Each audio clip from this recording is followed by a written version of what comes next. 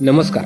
Agriculture development trust संचलित doctor Sharadchandra Pawar कृषी व संलग्न महाविद्यालय बारामतीचे आम्ही चतुर्थ वर्षाचे विद्यार्थी ग्रामीण कृषी कार्यानुभव कार्यक्रम अंतर्गत आम्ही कोळोली तालुका बारामती जिल्हा पुणे या गावामध्ये आहोत. तसेच या गावामध्ये आम्ही विविध प्रकारचे प्रात्यक्षिक राबविली व त्यातील एक म्हणजे मक्यावरील एकात्मिक कीड व्यवस्थापन.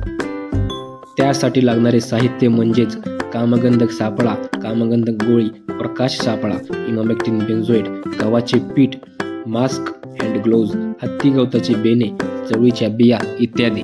सर्वप्रथम पारंपरिक पद्धत दाखवण्यासाठी आम्ही मका पिकाच्या कडेने हत्ती गवताची लागवड केली. यामागे कारण असे की हत्ती गवतावरती मकेवरील लष्करी आळी आकर्षित होते, परंतु हत्ती गवतामधून जास्त पोषण न मिळाल्याने आळीची वाढ होत नाही व ती मरून जाते. तसेच मक्यामध्ये चवळी हे आंतरपीक घेतल्यास आळीचा प्रादुर्भाव कमी करण्यास मदत होते.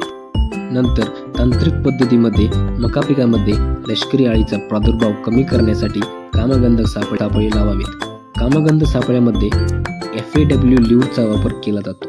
ल्यूरमुळे लष्करी आळीचे नर पतंग त्याच्याकडे आकर्षित होतात व त्या सापळ्यामध्येच अडकतात. त्याचप्रमाणे पक्षी थांबे तयार करून शेतात लावावे, मुळे पक्षी त्यावर थांबतात व आळ्यांना खातात. 5 पक्षी थांबे प्रति एकर लावावे. जैविक पद्धतीमध्ये आम्ही कडुलिंबाच्या तेलांची फवारणी मक्याच्या पिकावरती घेतली. कडुलिंबाच्या तेलांचे प्रमाण 5 ml प्रति लिटर असे घ्यावे व त्याची फवारणी घ्यावी. त्यामुळे आळीची वाढ होत नाही व ती मरून जाते.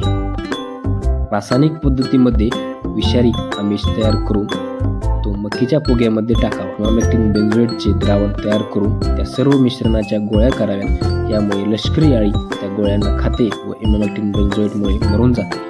शेतकरी मक्याच्या पिकावर जास्त प्रमाणावर रासायनिक कीटकनाशकाची फवारणी करतात. त्यामुळे रासायनिक घटक मक्याच्या पानावर साचून राहतात व तीच मका जनावरांच्या चाऱ्यामार्फत त्यांच्या पोटात जाते. त्यांच्या आरोग्यावरती आणि दुधावरती परिणाम होतो. हे सर्व टाळण्यासाठी हे एकात्मिक कीड व्यवस्थापन ही प्रात्यक्षिक राबवावे अशी विनंती. धन्यवाद.